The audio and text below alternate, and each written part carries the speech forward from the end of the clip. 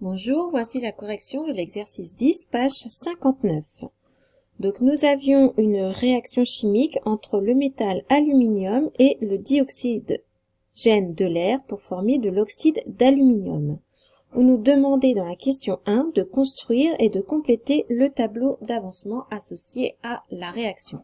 Voici la réaction.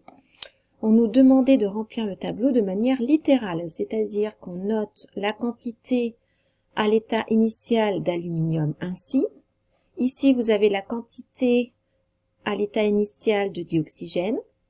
Et donc, il n'y a pas d'oxyde d'aluminium à l'état initial. À l'état final, comme vous avez le coefficient stoichiométrique 4 ici, ça fait N0Al moins 4X max. CoF3 ici, donc ça vous donne N0O2 moins 3X max. Et il se sera formé, comme vous avez un coef2 ici, 2X max mol d'oxyde d'aluminium. Voilà pour la question 1. Ensuite, pour la question 2, on nous demandait d'exploiter cet état final pour déterminer la quantité initiale d'aluminium, c'est-à-dire le N0 ici de l'aluminium.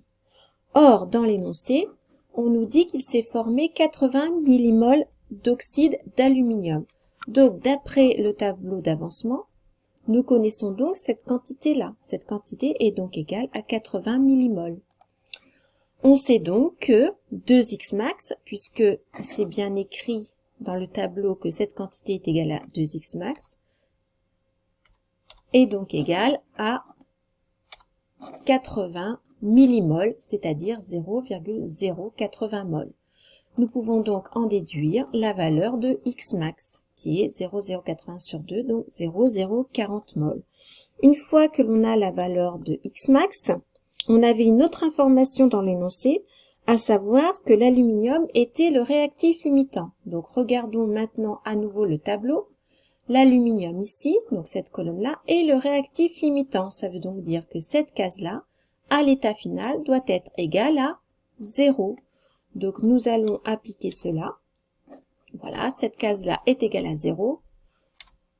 Or, cela veut donc dire que N0Al est égal à X max. Comme nous venons de calculer la valeur de X max, nous pouvons donc en déduire le nombre de moles à l'état initial d'aluminium. Et voilà, nous avons terminé l'exercice.